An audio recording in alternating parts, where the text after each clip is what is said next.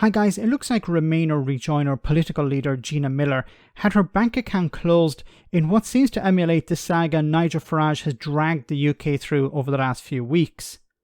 Farage and his supporters have ironically come out in support of Miller, trying to suggest that they will stand in solidarity with their rival. This of course is a cynical move in order to keep this story alive and pretend that both are the same.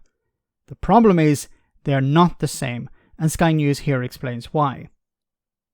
The entire debanking route, specifically about the anti-Brexit campaigner Gina Miller, who was told that a bank account for her political party would be closed. Monzo is the bank, and they have issued this statement. They've said, like lots of banks, we do not accept any political parties as Monzo business customers in the same way that we don't currently accept trusts, clubs, and a range of other organizations. In this case, the account wasn't originally categorized as a political party. After this was identified and corrected, the customer was given notice that the account would be closed. We recognize that this experience will have been frustrating for the customer, and we're sorry for that.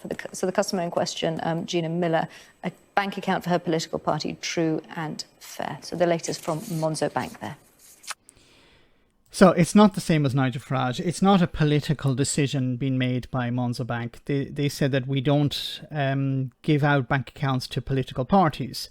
And this is the case for many banks. If you're applying for a new bank account, they will ask, are you politically affiliated to a party, or is this for party purposes? And in many cases, they will say, no, we don't want anything to do with that. Because of the and it's not just because of the political angle of it, it's also related to money.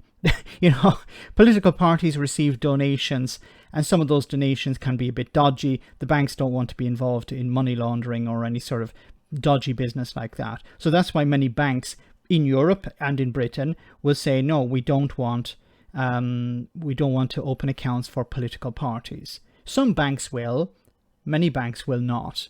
They just don't want to be involved.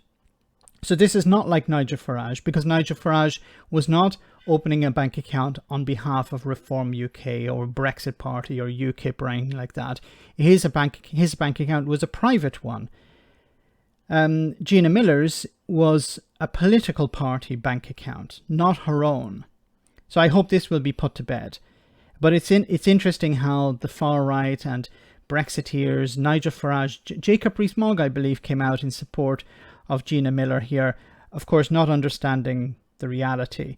But it is not because they actually care about Gina Miller. It's about giving more energy, more oxygen to this saga surrounding Nigel Farage. Let me know in the comment section, guys, what you think. As always, your comments are greatly appreciated. Thanks a lot.